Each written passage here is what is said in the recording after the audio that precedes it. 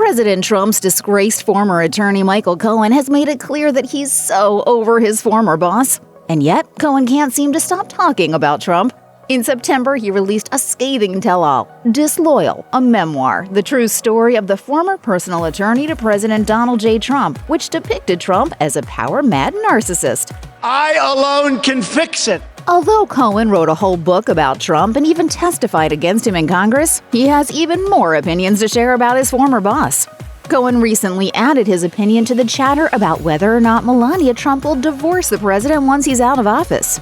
Those following this soap opera coming out of 1600 Pennsylvania Avenue will remember that just as Trump transitioned to the White House and assumed the presidency, Melania stayed back at Trump Tower in New York City where it was alleged she was renegotiating her prenuptial agreement. Now, pending a seemingly unending stream of election-related lawsuits, President Trump will presumably leave the White House in January 2021, and the speculation is he'll be going at it alone thereafter, as Melania will surely be ditching him. But according to many Trump insiders, that's not going to be the case at all.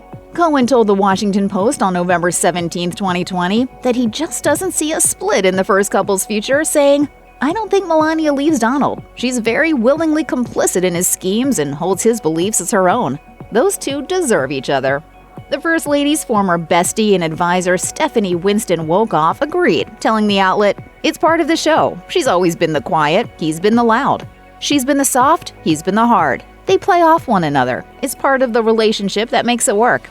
Melania's former chief of staff, Stephanie Grisham, hit back even harder, calling divorce speculation, quote, "pathetic and exactly why people no longer trust the mainstream media." Mary Jordan, author of The Art of Her Deal, The Untold Story of Melania Trump, advised that divorce is simply wishful thinking, saying, "Maybe Melania is similar to America. A big part of her admires Donald Trump, even if another part of her is appalled by him."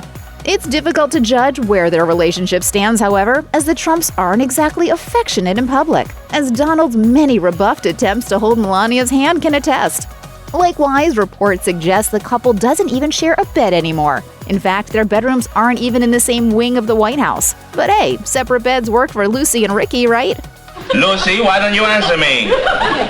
That's nice, dear. Michael Cohen was given a 3-year prison sentence in 2018 after he pleaded guilty to various financial crimes, including tax evasion and campaign finance violations related to payments he orchestrated to silence 2 of Trump's alleged mistresses. He was later released and ordered to home confinement due to the COVID-19 pandemic. Cohen described the outgoing president as a cult leader during a September 2020 interview with NBC News, warning that Trump will do whatever it takes to retain office. Cohen told NBC News, "I describe Mr. Trump as a cult leader, and I was in this cult."